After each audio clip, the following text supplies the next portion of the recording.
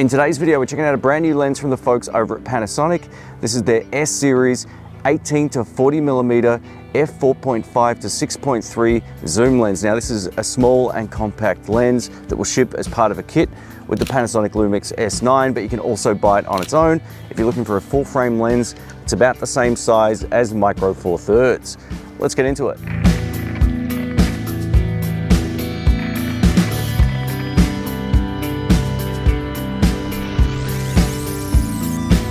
Welcome back, folks. My name's Shane. Before we get into this video, a huge thank you to Panasonic for the loan of this. I don't get to keep it. No money's changed hands, and all thoughts about this are my own. I've been using this 18 to 40mm over the last few weeks in a few different scenarios, so I've got a lot to say about it.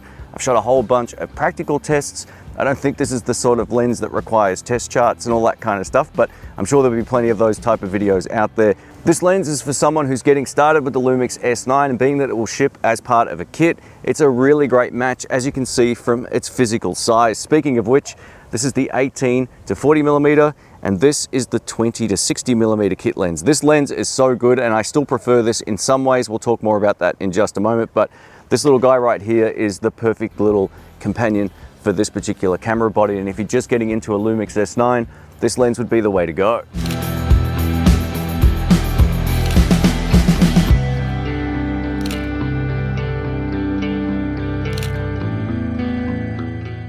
This lens is extremely small when closed. That's right, it's a collapsible lens. So this is currently locked off, and if I turn the camera on, you're going to see a message to say turn the zoom ring. So to turn the zoom ring, we get to 18mm, and now we can use the lens. So as you can see, the barrel comes out just a little bit here, nothing too much. And as I switch between 40mm and 18mm, it moves very slightly. Around 24mm, it's at its shortest. To lock it back off, just use the zoom ring again, and you're in business. The focus ring, like most of the S series of lenses, feels very smooth under the fingers. I have no complaints with it, but the zoom ring does feel a little bit tight. I would expect this to loosen up a little bit, much like the 20 to 60 kit lens after a while, once you start using it a bit, but no complaints in terms of feel. On the side over here, we have an autofocus manual focus switch. We get a 62mm filter thread on the front if you plan on using a variable ND or any type of filter for that matter. Just know this is a different size to the 20 to 60mm kit lens and the rest of the S series of primes, which is a 67mm filter thread. But given that how small and compact this is, I think this is a really great move. Another cool benefit to this lens is its minimum focusing distance. It's rated at 15 centimeters, and I'll put the inches somewhere on screen. And this allows you to get pretty close to subjects as well. So if you plan on using this in a studio or out in the field, you just want to get a shot of a flower or anything up close, this lens will definitely give you solid results. This lens only weighs in at 159 grams, so it's by far the smallest L-mount zoom lens I've ever tested. Let me quickly show you the beauty of this lens. So this is 18mm on the wide end. It's super wide, and if you plan on doing any type of vlogging or gimbal work, this would be a really great choice. It's great for landscapes, and I will take some photos while I'm here as well. Now, if we punch all the way in to 40mm, this is the kind of framing you get. I'm still within arm's length of the camera. I'm in exactly the same spot, but you can see how the frame has changed. We're going to get more background compression at this particular focal length, but if I go all the way back to 18, we've basically got the ultimate vlogging focal length. So let's give it a go. As I mentioned, this lens is great for vlogging. I'm currently using it at 18mm with the E-stabilization on the camera set to standard. This is a digital sort of stabilization system working with the IBIS of the camera, and you can get these kind of results. Now, this isn't as wide as it goes. I've got my arm nice and comfortably here with a tripod. If I go all the way out like this, you can see just how wide it is, which is crazy. So if you want to vlog, this is great. It allows people to see a little bit about what's going on around you, because we're not blurring the background out to the nth degree. Another reason why this is a really great lens for the S9 is this camera has hybrid zoom, which allows you to sort of crop in digitally just by turning on a feature in the camera. Then as you turn the zoom range, you can punch in so much further. So this is the standard zoom range right now. This is all the way in at 40mm. And now with hybrid zoom on, I'm shooting in 4K, which means we get a 62mm focal length all the way in, and look how seamless this is. And as you can see, comparing this to the last shot, it's punched in so much further. If you're someone who likes to shoot at 1080p or full HD, check this out. So this is 18mm on the wide end, so same starting field of view, and now all the way in to 125mm. And look how great the IBIS is. This is all shot handheld. I'm not doing anything to this in post-production, and it allows me to punch right in. All right, let's cover autofocus performance for photography. Now, just to let you know, I've only tested this lens out with the S5 Mark II, S5 Mark IIX, and the S9.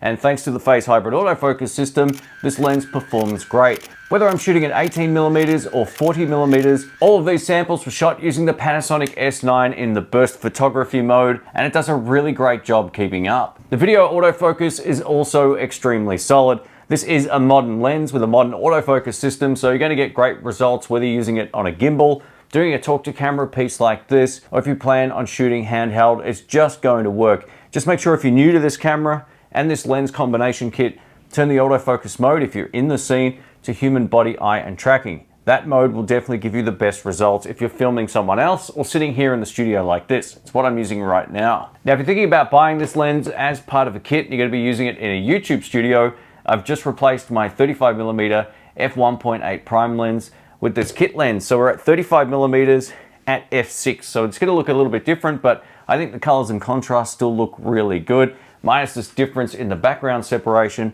and the fact I've had to crank the ISO up to 2000 from about 250. So you can see this is how it looks, and I'll switch back to the 35mm shot just with the take I did before.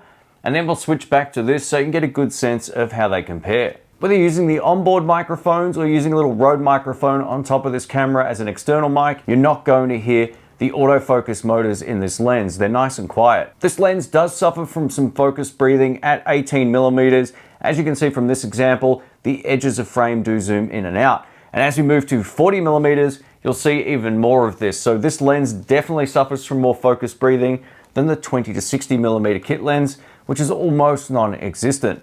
While there's clearly some focus breathing on this 18 to 40mm lens, I wouldn't consider this to be a deal breaker based on its target audience. Now let's talk about flaring. So we took this out at sunset. I was shooting directly into the sun as it was setting, and I think the flaring looks great on this lens. It's definitely better than a lot more expensive lenses I've used. Now, while there's some flaring and some people might not like that for creative reasons, I actually really like what it was doing here, and this was some of my favorite footage shot with the S9 and this 18 to 40mm lens. While I think the flaring looks great, the Sunstar effect isn't the best. I tried this anywhere from f16 all the way down to the minimum aperture of f22, and the results that you're seeing on screen were the best that I could come up with. So this might be another trade-off with a less expensive kit lens. When it comes to low light performance, if you want the cleanest image possible, get yourself an f1.8 lens or faster. This will allow you to keep the ISO down. But the great news is I tested this out in a number of different situations, and thanks to the full frame sensor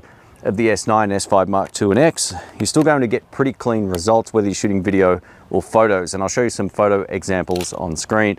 Now, I had Rhiannon's face slightly lit in this particular shot, but not much, and I think it looks really clean. I also took the S9 with this 18 to 40mm lens to one of my gigs, and I had it right in front of the stage, and it was way wide enough to see everything that was going on while keeping all of us in focus as well, which was great. So it did a really great job in that scenario, and thanks again to that full frame sensor, I can crank the ISO up a little bit and still make it work. Let's quickly talk about how these two lenses compare against each other. So the 20 to 60 isn't quite as wide as the 18, obviously, but you can punch all the way into 60mm. And if you pair this with the hybrid zoom functionality on the S9, you're going to get even further. So if you're looking for the optimum amount of reach on the tight end, the 20 to 60 is definitely the way to go. While the 20 to 60 is a variable aperture, it definitely is a better video lens because it has far less focus breathing. And I love the feel of the focus ring. It's rubberized, whereas on this new kit lens, it's basically plastic. You can still get a good grip on it, but it just doesn't feel as premium as this one. Where I think this 18 to 40mm lens will really shine is for folks who want to keep the entire payload down. So if you've got an S9 or you're thinking of getting